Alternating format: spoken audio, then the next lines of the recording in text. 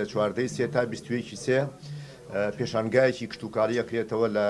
بەغداد پایتەختی عێراق تایبەتە بە پێشانگای کشتتوکاڵی بۆ قستنە ڕووی هەموو ئەو بابەتانەی پەیوەندی هەیە بە چالاکیەکانی کشتتوکالی و پرۆژەکانی کشتتوکالی بە هەردوو بەشی ڕۆکی و سامانی پەلەوەری و سامانی ئاژەڵی. بێگومان ئەم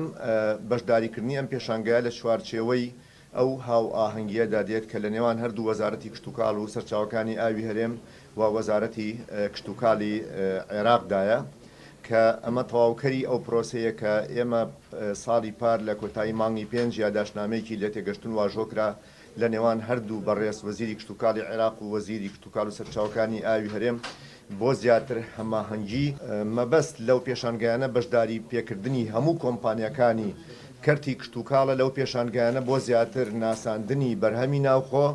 و گەشەپێدانی بەرهەمی ناوخۆ و دۆزینەوەی بازار لە شارەکانی ناوەڕاست و خواروی عێراق و هەروەها لە هەرێمی کوردستان بەنسبەت بەرهەمەکانی پارێزگەکانی تری عێراق بۆ هەرێمی کوردستان. بتوجيه من السيد وزير الزراعة الاتحادية الأستاذ محمد كريم الخفاجي لەسەر فەرمانی بەڕێز محەممەد خەفاجی وەزیری کشتتوکاڵی عێراق سەردانی حکومەت هەرێمی کوردستانمان کردو لەگەڵ بەڕێز وەزیری کشتتوکاڵ و سەرچاوەکانی ئاوی هەرێمی کوردستان کۆبوونەوە بۆ دیاریکردنی بۆچوونەکانی داهاتوو کردنەوەی دەرگای هەمانجی لە نێوان هەردوو وەزارەتی کشتتوکاڵی حکوومەتی فیدراڵ و هەرێمدا. هەروە بانگێشکردنی کۆمپانیا کشتتوکاڵەکانی هەرێمی کوردستان بۆ هەفتەی کشتتوکاڵی لە ڕۆژانی 14 بۆ 21 مانگ لە مانجی داهاتوودا.